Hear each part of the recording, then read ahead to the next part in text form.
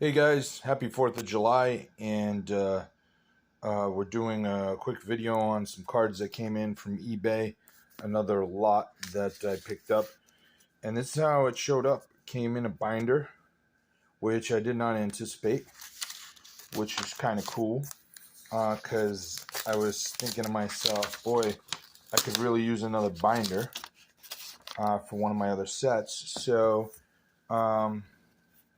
yeah. What I'm going to do here is I'm going to kind of sort of flip through and see what we got. These are 1966 tops. And we're going to look a little bit more closely at what we got here. The cards look to be in nice shape. You know, they're VG. So these aren't too bad.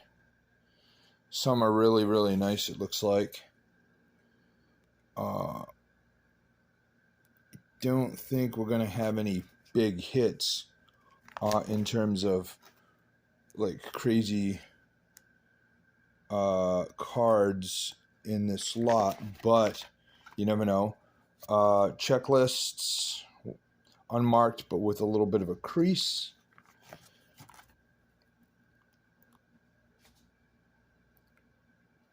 See if there's anybody at all of any significance. I think 66, I still have quite a few holes to fill, so I don't really mind just kind of a common lot, but we'll see. So some good. I mean, I'm really excited about just the fact that it came in a binder. When I went to the post office yesterday, I sort of looked at. I remember this is like a 200 card lot, and my feeling was, wow, this is a big box for a 200 card lot. But as it turns out, the reason was because it was in a binder. Okay, so it doesn't appear that there's any, major stars in here. In fact, if there probably was, because it was in a binder, it's probably been taken out.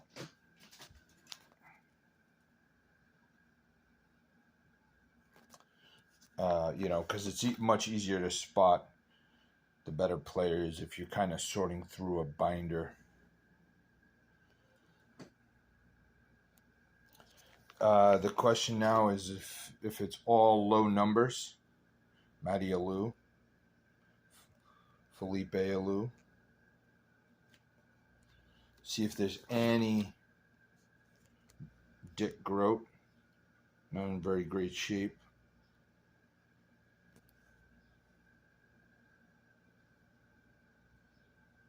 Rusty Staub, boy, he's in the league along. Is that his old man, or is that like the...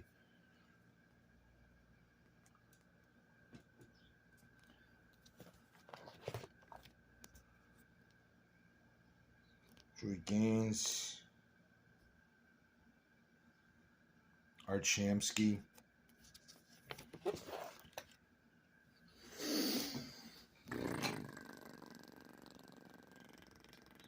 Some team cards mixed in. Wes Parker.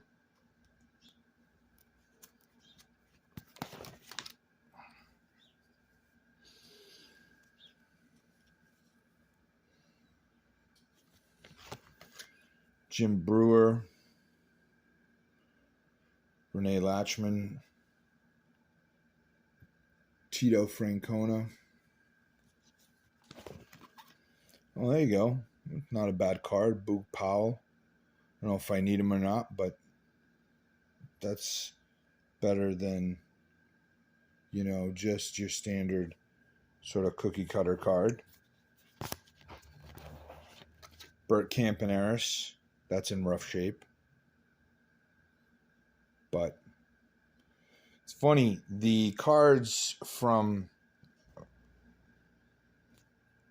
the 60s, when you're looking at them, a lot of times you look at Ruben Amaro. Another checklist there, unmarked. So the 60s cards, when you're looking at them, you sort of get a commons tend to be in a little bit better shape than star players. And I wonder if that, and some of you guys might be able to fill me in on this, who have been collectors longer than, the 80s when I started. But, I've often heard, older timers who come into the flea market and say, oh, I had this card, I had that card, and I flipped them and blah, blah, blah, blah, blah. And I wonder, since the stars are the guys that are the cards that everybody wanted, if, they got flipped more, and thus, obviously if you're throwing cards up against a wall, they're likely to incur much more damage. And because star players is what everybody wanted, thus you get sort of the star players getting a little bit more beat up. A lot of these cards are in pretty good shape, though. Like I said, Brinkman looks really nice. And like I said, the common players look pretty good. And more of the star or semi-stars really look like they've taken a little bit more abuse. Only, because, again, that is the thought process I have as to why the star cards take a little bit more of a beating. Some rookie card there. We're in the mid 200s.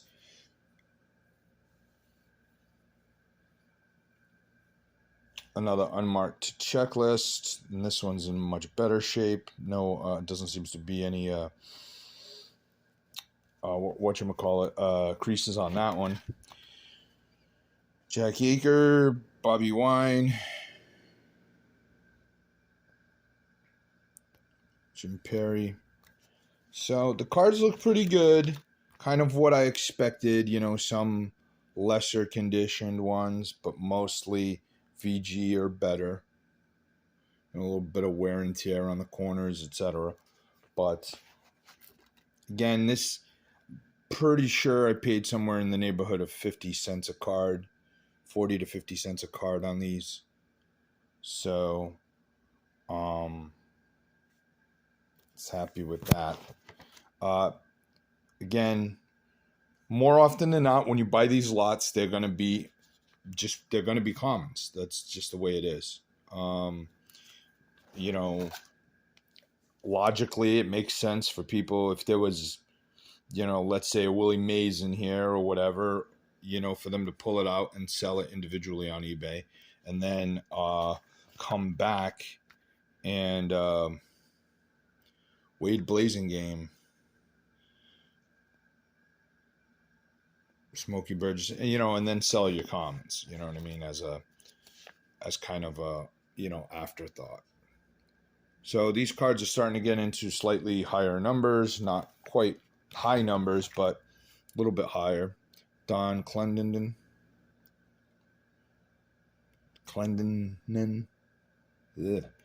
Phil Roof.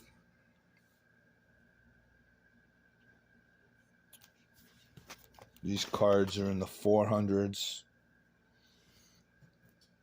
Pedro Ramos, White Sox team card. Bobby Hefner. Those cards are in the late 400s.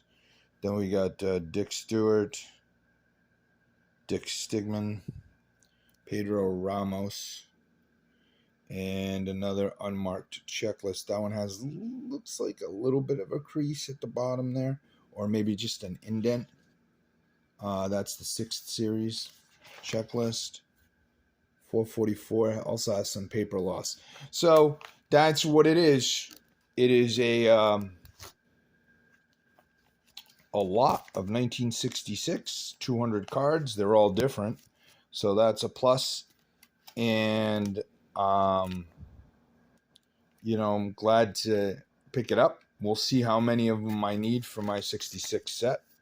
I'll probably give you a little bit of an update on a later video as to how that turned out. Yeah, that's it. Thanks so much for watching, guys, and have a great 4th of July. Stay safe, and as always, happy hunting.